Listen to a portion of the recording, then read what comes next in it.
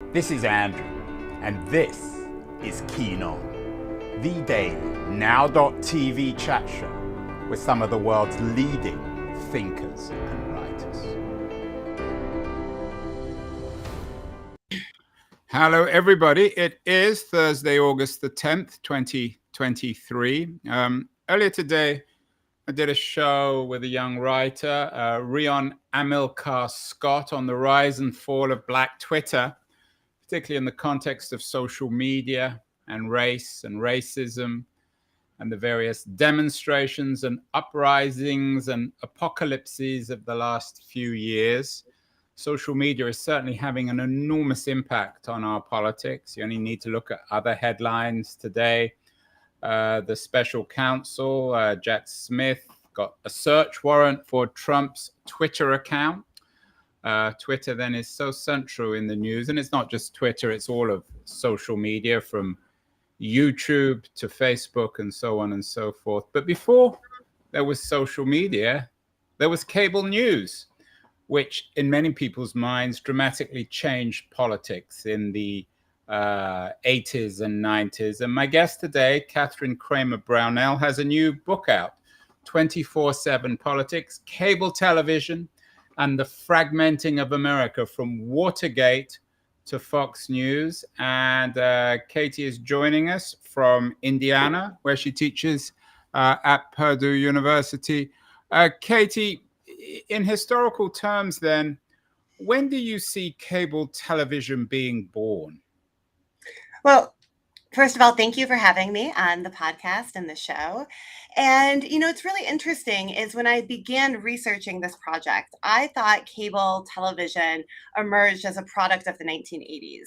But in fact, as I started to dig into the research for this project, I found that it really developed alongside broadcast television. The first cable systems were called community antenna television systems, CATV.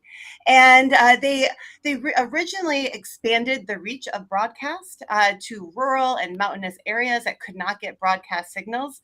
But then, over the course of the next few decades, cable emerged as something fundamentally different from broadcast television, as a competitor and an alternative to broadcast television. We always have these kinds of conversations about one media replacing another and its impact on television. Of course, there were lots of books, lots of thinking about how television changed American politics from radio, and how radio changed American politics from print, and how mass print, changed American politics from a more cottage publishing industry. Is there anything in historical terms about cable television that was different in the way it changed politics in the context of previous media technological upheavals? Yes, I think there is something fundamentally different about cable television, because as it becomes developed and seen as an alternative to broadcast television, something that's not just extending its reach, but offering something different on the dial, it does something that radio, motion pictures, and network television of the early 20th century do not do. Those earlier technologies really created this mass audience. It buttressed the political establishment that was growing more media savvy and becoming more integrated with these media industries. Cable television offers this idea of narrowcasting, of not appealing to the masses, but appealing to smaller audiences, and more intimate appeals, and thinking about segmenting audiences and building a more active constituency that will turn out to vote and that perhaps is more loyal. But you're not thinking about perhaps selling a message to the lowest common denominator or building consensus. Katie, a few weeks ago, we had my old friend Jeff Jarvis, another media scholar. I'm sure you're familiar with his work, also a social media activist and personality. He has a new book out, The Gutenberg Parentheses, which argues, I think, and he's been making this argument in all sorts of ways over the last few years, that what you call narrowcasting is a return to historic media. It's a return to the pre-industrial model. I'm not sure if your book deals with that, but could one argue, as Jarvis does, that the broadcasting of radio and television and the motion picture industry of the late 19th, early 20th century, that they themselves were unnatural? I think that is absolutely an argument you could make, and indeed, cable television, as it develops, it has all of these different networks. They all have different identities. They have different partisan outlets that have different subscribers that feel loyal to that particular network. That is something that does look a lot like the partisan press in the days of the early republic of the United States, and which is really where my expertise comes into play. But I think that partisan press of the early republic is very similar to the partisan television environment we get on cable TV. So in that sense, and I know you're more perhaps dispassionate than Jeff, who always wears his intellectual heart, at least, on his sleeve. You're not necessarily saying this is a bad thing. It's a complicated thing, right? This cable television. It has its pluses and its minuses. Certainly the fragmentation of America is problematic in the age of Trump. But I'm assuming from your point of view, it also brought benefit. Absolutely. And I think that there's a tendency to think about, the 1950s and the 1960s, when Americans all sat down and consumed the news and listened to Walter Cronkite, and there was consensus. And indeed, network broadcast television did manufacture a certain type of consensus and forged relationships with the political establishment that made both very powerful, and they were mutually beneficial. But this perspective that came out of the news, perspective of public affairs, is very deferential to official sources. It was very elite, white, male, heterosexual. So it was incredibly exclusionary. It was exclusionary ideologically to many conservatives. It was exclusionary to women, to marginalized communities. Black activists saw changing news structures and getting their voices as central to their quest for social justice. So, as you say, the age of Walter Cronkite was one of manufacturing consensus. It goes without saying, particularly on the race side, on the gender side, on the sexual identity side, there were these ignored and often persecuted minorities. What changed with cable television? What do you see as the key network? I know you spend quite a lot of time in the book talking about C-SPAN, which to me is the least sexy of the cable television networks, but you see as being important in terms of changing fashion and politics. Mm-hmm. Yeah, I think that, so first I would say that, in the late 1960s, early 1970s, all of these people across the political spectrum can agree that there is a problem with the TV landscape, that this monopolistic structure, which is regulated to serve the big three television networks, ABC, CBS, and NBC, that this is problematic, and because it's so exclusionary. And so throughout the 1970s, cable operators see a business opportunity to tap into that civic frustration and promise that cable can provide more access, more television access that people across the political spectrum are clamoring for. They're thinking mostly about expanding their business reach, because during the 60s, at the same time, cable is highly regulated, so it cannot compete against broadcasting in many of the top television markets. And so the cable industry is thinking about the business potential of tapping into this frustration, this democratic discord, if you will, with the television networks. And I think C-SPAN is a great example, that Brian Lamb launches C-SPAN because there is a frustration in Congress over the fact that so much of the television focus is on the presidency, and that has been part of the power that people like Richard Nixon abused. And so they're hungry for media attention. And so he tells his cable operators that the way that NBC, ABC, and CBS became powerful was through the news. And he said, if you want to be taken seriously in Washington, this is a direct quote, if you want to be taken seriously in Washington, the path to prominence is through public affairs. And so he said that, we need to invest in things like C-SPAN in order to have regulators and elected officials take us seriously. And he was right. It worked. C-SPAN, of course, to be polite, is rather dry, but it's analytical and accurate. It doesn't seem to be as certainly as propagandist as some as the other networks. Of course, a network that's best known for its propaganda, the cable channel, is Fox News, but MSNBC and even CNN seem to reflect that in some ways. Do we see the rise of a new kind of figure on cable news? The one who always seems to come to mind for me is Rachel Maddow, who seems more like an evangelist, a preacher, than Walter Cronkite. And of course, you can find many Maddows on the right too. Does it create a new kind of political personality? Well, I think what cable does is it creates opportunities for new voices to come into the media landscape and gain political prominence by creating a spectacle, by doing something that generates attention and generates ratings. And this happened in the early 1980s, even on something as dry as C-SPAN, that it's introduced into the House of Representatives in 1979.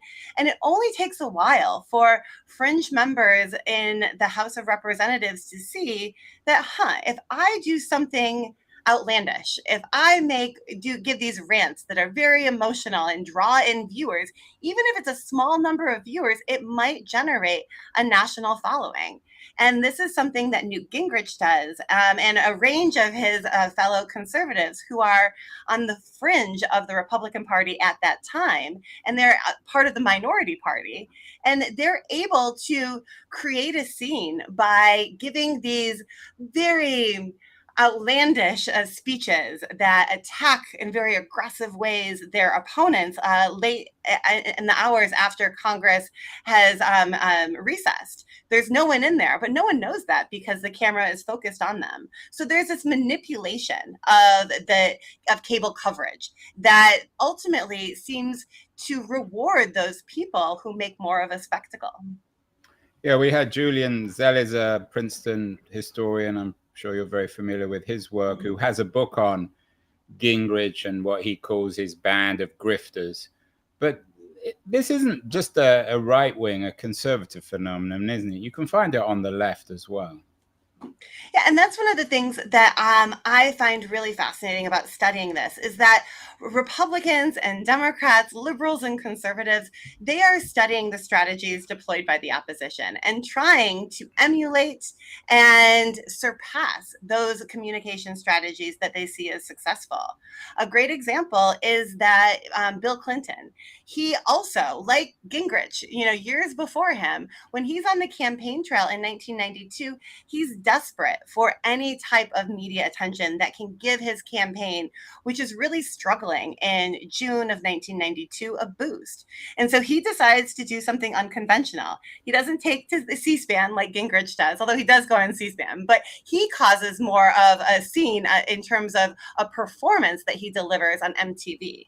And so this is something that the incumbent president, H.W. Bush, dismissed why it would be undignified to go on what he called a teeny bopper network.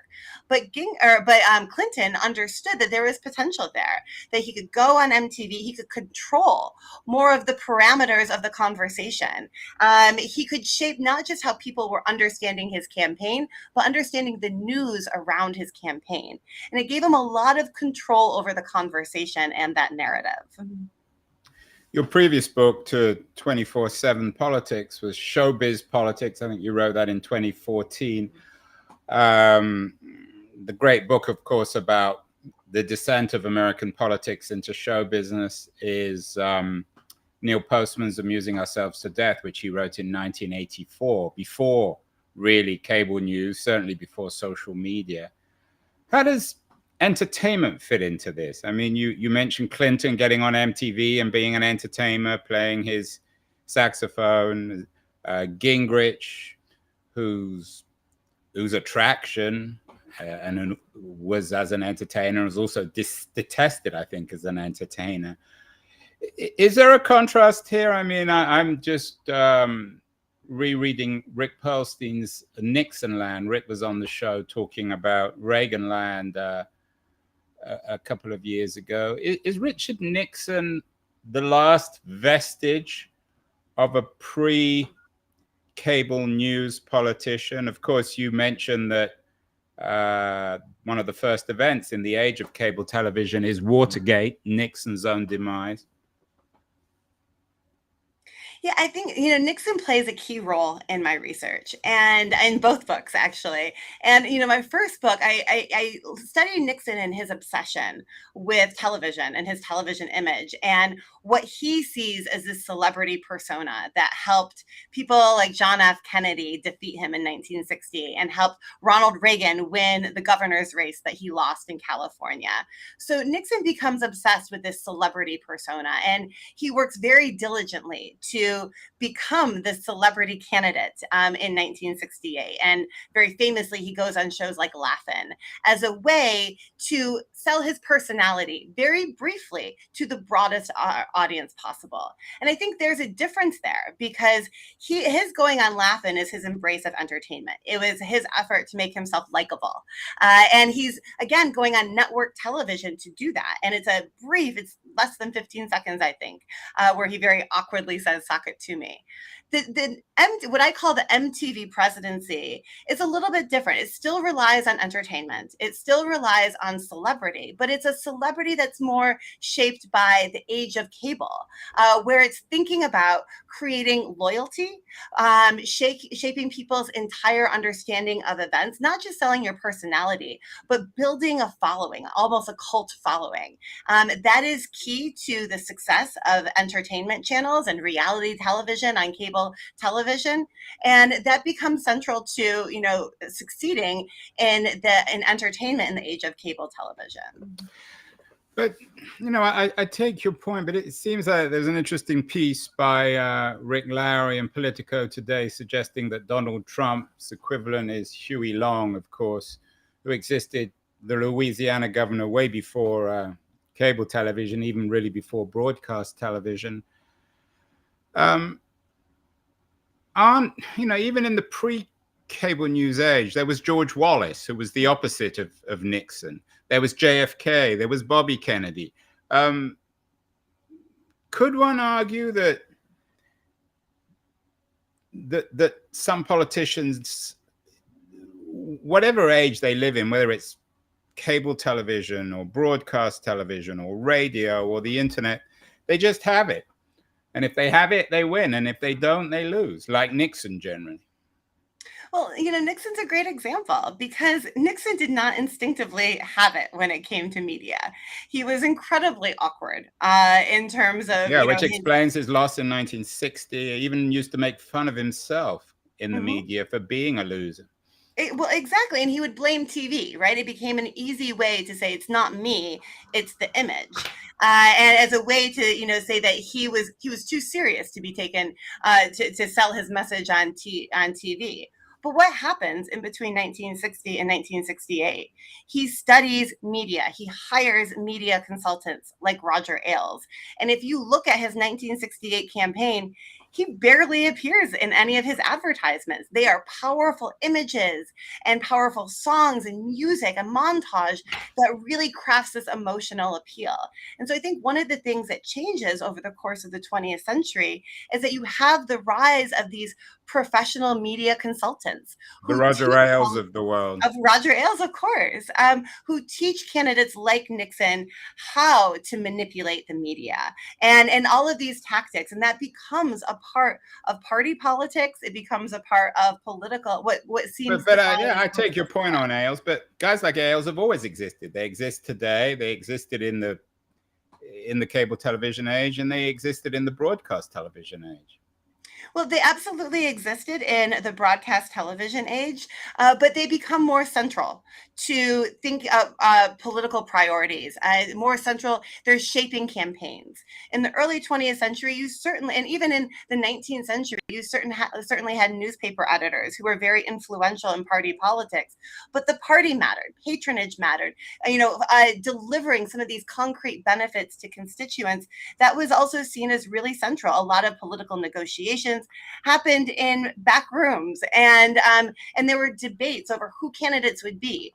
that all moves out into the open in the 1960s and into the 1970s, making media and television and those people that can help candidates control and sell their image more important in terms of how campaigns are run and the priorities and the budgets as well.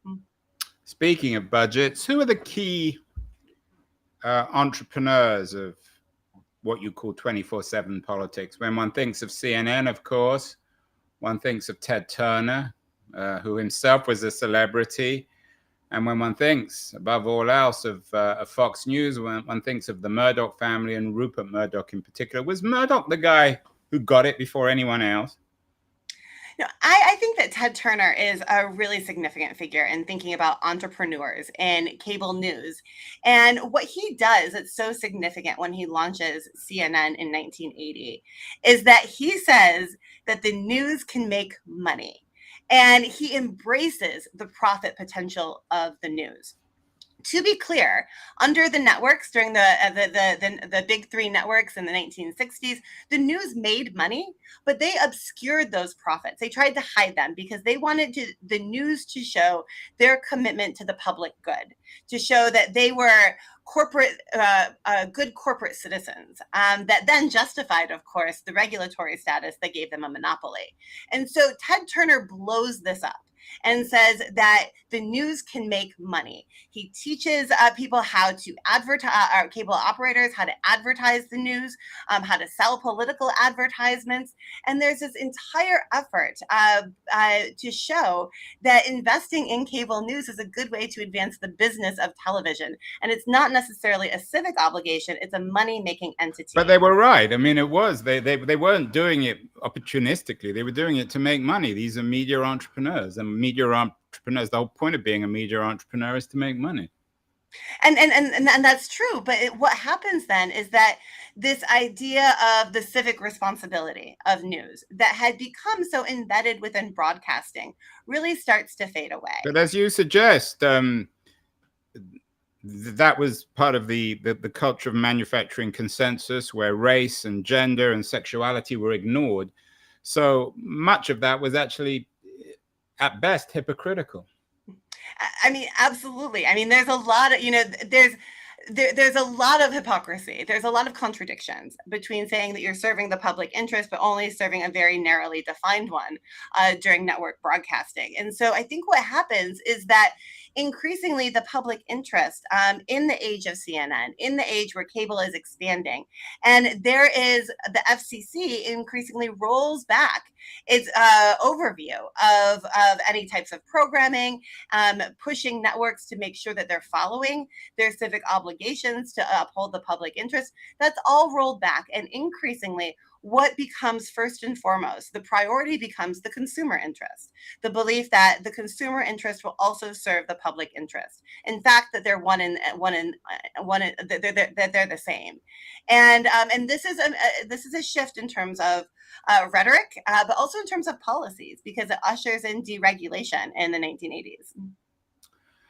In America, of course, there's never been a strong government subsidized media equivalent to the BBC, or in Canada or in Australia. How does that play out? Does America, in the age of cable television, does it sharply diverge from other countries like Canada or Australia or the UK or other European countries with a stronger nationalized media network? Well, I think one of the key things to think about is that, the really serious discussions about public television emerge in the late 1960s under Lyndon Johnson's administration. And of course, the Public Broadcasting Act was passed in 1967. The implementation of this, and a lot of these discussions get then shaped by Richard Nixon's election in 1968. And Nixon was against public television. He firmly thought that it was part of this liberal establishment that he wanted to tear down. And so what he wanted to do was to usher in something more deregulated, more reliant on the marketplace, because he believed that any government interference or involvement in television would result in liberal bias that he was determined to combat. And so I think that this moment where there's a serious discussion of non-commercial television, what that funding structure may look like. It's at the same time that Richard Nixon comes to office, and it becomes intertwined with the broader war on television and the media that he engages as president. Well, let's fast forward as we can in the age of cable television to today. The Washington Post ran an interesting piece, "The Looming Existential Crisis for Cable News." Are we at the end of your age, the age of 24/7 politics, Katie? Is cable television dying? Well, I think that it's changing. And, one of the things I argue in the book is that, yes, I think that this is a moment in which business models are reevaluating. They can no longer rely on carriage fees. And carriage fees were so central to the establishment and the profitability of things like Fox News. But as more and more people cut the cord, they're not paying carriage fees. They have to rely on this subscriber model. And so I think that, yes, cable channels are at an inflection point. They're reevaluating their business models. But I do think that the values and the business tactics that cable networks introduced, this idea of fragmentation, appealing to narrow segments of the audience, getting loyalty, really cultivating that loyalty in a way to try to get people not to change the channel, that those things will persist. And this kind of fragmentation and sensationalization of this, what I call in my book, a privatized public sphere, that has persisted on social media. And so I think some of the values that cable introduced will persist as we kind of move on to, social media and subscription television and what this means with more of the world online and not necessarily on cable. Yeah, it's interesting you talk about the privatized public sphere, which is, of course, the internet. And when you look at something like Fox today, of course, there's cable Fox, but Fox is on Twitter, it's on YouTube. So it seems as if the age of social media, or the age of the internet, the digital revolution, and the age of cable news, they're merging. They're hard to separate. I think that's right, because networks are now seeing their audiences in all of these different places, and they're trying to think about how to reach them where they are. And so it's hard to separate streaming from streaming from turning on your TV and watching Fox News. You may be watching it on an app, or you may be watching it on through your cable provider, or you may be watching it through your phone. And I think that companies are trying to be everywhere at once. And that's a challenging business strategy. Which is a lot of people are going to be watching you on YouTube and on LitHub, as well as listening. So it's true across media. Finally, we can't avoid him. He's everywhere. Donald Trump. You suggest, or Princeton, who published your book, suggests that your book explains Trump to some extent by playing to narrow audiences. What does your book make of Trump? Are you in the Rick Larry camp, who see Trump as just the reappearance of something historic in American politics, the Huey Long or perhaps the George Wallace tradition? Or does cable news and social media, do they present Trump as being something profoundly different? Well, I think that you can think of, there is, of course, historical precedents, as you mentioned, George Wallace and Huey Long, but they never became president. And I think the key to why Donald Trump became president is really rooted in our media environment that cable television ushered in, because it created certain expectations for performance, certain networks like Fox News that he could appear on, but also these values of reality television that he brought to the campaign trail and to his administration, that people experienced them before he even arrived on the political scene, and they helped groom him, and they served his purposes, and they helped him connect to audiences as well, and to create that loyalty, that intense loyalty that has persisted even in the aftermath of him lying about the 2020 election, and January 6th, and all of that has come after. There's still this loyalty that he's able to command, and I think that's very rooted in our media values. Yeah, certainly the loyalty to Trump is ideological. There is, of course, what we might think of as an intellectual loyalty, a loyalty to argument and diversity, which the new Keenon sponsor, Liberties Quarterly, represents. I'm thrilled that we are doing a partnership with them. And Katie, all our guests get a free subscription, an annual subscription. I think you'll find it interesting, and I think they'll find your work interesting. I want to thank you for 24/7 Politics, and we'll have you back on the show maybe next year to talk about the election, where your kind of media scholarship, I think, will be essential. Thank you so much. Great. Thank you so much for having me, and I look forward to that.